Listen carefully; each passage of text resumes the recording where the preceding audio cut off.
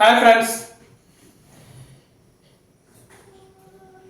நமது வாழ்க்கையில் மகிழ்ச்சி சந்தோஷம் எப்படி கிடைக்கும்? நம்ம செய்கிற வேலையில் மகிழ்ச்சி வேணுமா? நம்ம குடும்பத்தோட சந்தோஷம் இருக்கணும்னா நம்ம என்ன பண்ணணும்? நம்ம வேலை செய்கிற இடத்துல மகிழ்ச்சியா இருக்கணும்னா நம்ம என்ன செய்யணும்? மற்றவங்கள்ட்ட நம்ம மகிழ்ச்சியா இருக்கணும் அப்படின்னா நம்ம என்ன பண்ணணும்? அப்போ உங்களுடைய குறிக்கோள் மகிழ்ச்சி மட்டும் வேண்டும் என்றால் இந்த பதிவு உங்களுக்கான. நம்ம ஒரு இடத்துல வேலை செய்யறோம்னு வச்சுக்கோங்களேன். வேலை செய்கிற இடத்துல நம்ம எப்பவுமே ஆனந்தமா இருக்கணும், ஒரு மகிழ்ச்சியா இருக்கணும். அப்படின்னா நமக்கு வேலை என்பது ஆர்வம் ஆட்டோமேட்டிக்கா வந்துடும். ஒரு ஆர்வம் வந்துருச்சு அப்படின்னாலே அதோட செயல்பாடுகள்லாம் வேற மாதிரி போயிடும். செயல்பாடுகள் வந்துட்டா அந்த வேலையினுடைய வெற்றி தோல்வி கண்டிப்பா அதுல அடங்கும். ஏதோ போனோம் ஏதோ வந்தோம் அப்படின்ட்டு இருந்தோம்னா நம்ம ஜெயிக்க முடியாது. வேலை பார்த்ததுக்கான திருப்தி கிடைக்காது, வேலை பார்த்ததுக்கான சந்தோஷம் நம்மகிட்ட இருக்காது. ஏதோ போறோம் வர்றோம் அன்றாட ஒரு நிகழ்வு.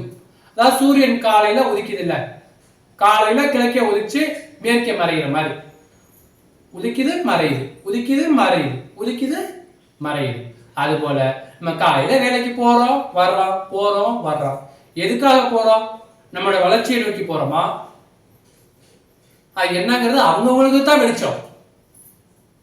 உங்களுக்கு வளர்ச்சி வேணும்னா நீங்க முதல்ல என்ன கத்துக்கணும், நீங்க என்ன செயல்படுத்தணும், அதுக்கு என்ன ஒரு வடிவம் கொடுக்கணும். அப்போ உங்களுக்குள்ள என்ன ஆசை இருக்கு? முதல்ல வேலைக்கு போறோம்னா வேலை மீது ஆசை அதிகமா வைக்கணும். எந்த அளவுக்கு ஆசை அதிகமா வைக்கிறோமோ அந்த அளவுக்கு உழைப்பு அதிகமா இருக்கும். உழைப்பு கொடுத்தோம் அப்படின்னாலே ரிசல்ட் கண்டிப்பா நல்லபடியா கிடைக்கும். ரிசல்ட் வந்துட்டா எல்லாமே சந்தோஷம். அது இல்லாம நம்ம வேலை மீது கவனம் செலுத்தாம நம்மளுடைய கவனங்கள் எல்லாம் மற்றவங்க என்ன பண்றாங்க, அவங்க என்ன பண்றாங்க, இவங்க என்ன பண்றாங்க, இப்படி மற்றவங்களை பத்தி பார்த்துக்கிட்டு இருந்தோம்னா நம்ம மனசும் அப்படியே குறுகி போயிடும். நம்மளோட செயல்பாடுகள் அங்கே கண்டிப்பா இருக்காது. நம்மவும் வேலையில கவனம் இல்லாம நம்மளும் ஜெயிக்க முடியாது. ஜெயிக்கலைன்னா ஏண்டா வேலைக்கு போறோம், ஒரு நாள் சொல்லலாம், 2 நாள் சொல்லலாம், 3 நாள் சொல்லலாம், தொடர்ந்து அப்படியே நமக்கு நம்ம மேல ஒரு வெறுப்புகள் வந்துடும். என்னடா அது வாழ்க்கை, வேலைக்கு போறோம் வர்றோம் 10 வருஷமா இருந்தாலும் 15 வருஷமா இருந்தாலும் 5 வருஷமா இருந்தாலும் 1 வருஷமா இருந்தாலும் எந்த டெவலப்மெண்ட்டும் நம்ம கையில இருக்காது, அதுக்கான வளர்ச்சியே இருக்காது. எப்படி சொல்லணும் அப்படின்னா சிம்பிளா நம்ம இந்த ஊரு ஃபுல்லா சுத்தி பார்க்கணும் அப்படின்னு நினைச்சு ஒரு கார் நிறைய, டேங்க் நிறைய, பெட்ரோல் நிறைச்சுக்கிட்டு சுத்தி பார்க்கிறோம். அது எவ்வளவு தூரம் போகும்? ஊரு ஃபுல்லா சுத்தி பார்த்துடலாமா? கண்டிப்பா முடியாது. கார்ல எவ்வளவு பெட்ரோல் இருக்கோ அது வரைக்கும் தான் போகும். அதுக்கு மேல நம்ம தான் புடிச்சு தள்ளுனாலும் வண்டி போகாது.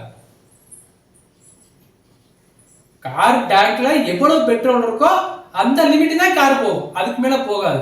அது போல நமக்குள்ள திறமைய நம்மளா வெளிக்கொண்டு வந்தா மட்டும்தான் வெளி உலகத்துக்கு தெரியும். அப்படி இல்லைன்னா நம்மளும் அந்த காரை போல அப்படியே நின்றுவோம், போனோம் வந்த காரை மாதிரி ஆயிப்போம். ஸோ நீங்க ஒரு ஜெயல்ல ஒரு வேலையில ஜெயிக்கணும் அப்படின்னா உங்களுடைய செயல்பாடு, உங்களுடைய ஆர்வம், உங்களுடைய ஈடுபாடு எப்படி இருக்கு அதை பொறுத்துதான் வெற்றியும் கண்டிப்பா தீர்மானிக்கும்.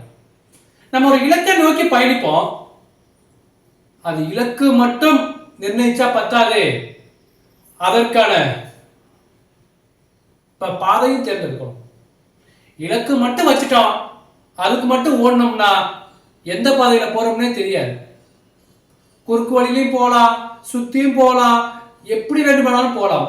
ஆனா ஆக மொத்தத்துல நீங்க செல்லக்கூடிய இலக்குக்கு நேர்மையான பாதைன்னு ஒண்ணு இருக்குல்ல, அந்த பாதையை கரெக்டா செலக்ட் பண்ணிட்டீங்கன்னா இந்த இடத்துல இருந்து இந்த இடத்துக்கு போகணும், இந்த இடத்துக்கு போறதுன்னா இப்படி இப்படி போகணும், இந்த திசையில போகணும்.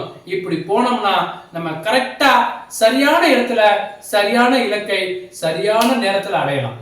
இன்னைக்கு இருக்கக்கூடிய காலகட்டங்கள்ல போட்டிகள் என்பது நிறைய வந்துருச்சு. அப்ப அந்த போட்டிகளுக்கு மத்தியில நம்ம ஜெயிக்கணும் அப்படின்னா நமது இலக்கு என்பது நிர்ணயிக்கப்பட வேண்டும்.